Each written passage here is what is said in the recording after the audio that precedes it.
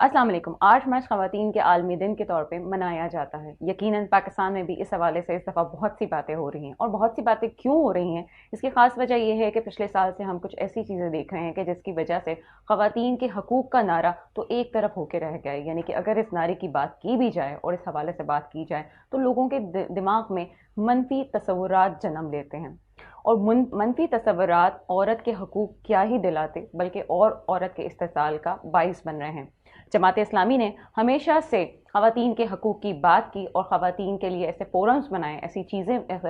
Manage की और planning की कि जिससे ख़वातीन के हकूक़ की हिफाजत हो सके। इस दफ़ा भी कुछ ऐसा है, एक मज़बूत औरत सामने लाना चाहते हैं, और एक मज़बूत औरत वो जो पाकिस्तान को बना सके, जो पाकिस्तान की एक आम घर को बना सके, एक यूनिट जो कि माशरे को बनाता है, और वो है ख़ानदान। ख़ानदान को चलाना, यकीनन उसकी तरबियत करना एक औरत का काम है, और इसी हवाले से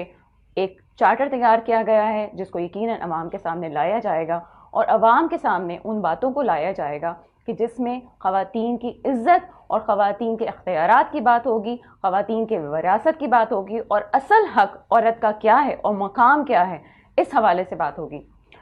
जमात इस्लामी ने इस सिलसिले में एक ख़वातीन कॉन्फ्रेंस का इनेकाद किया है जो कि 7 मार्च मज़ार-ए-जिन्ना बाग में होने जा रहा है। यकीनन इसमें शिरकत आपके लिए नहायत ज़रूरी है। वो क्यों ज़रूरी है? जब आप इसमें शिरकत करेंगे तो आप ये जानेंगे कि असल में पाकिस्तान की औरत चाहती क्या है, असल में पाकिस्तान की औरत के मसाइल क्या हैं, और असल में इसका हल क्या है कि एक स्ट्रॉन्ग औरत इस माशरे को दी जाए और वो औरत यहाँ के माशरे को बनाए।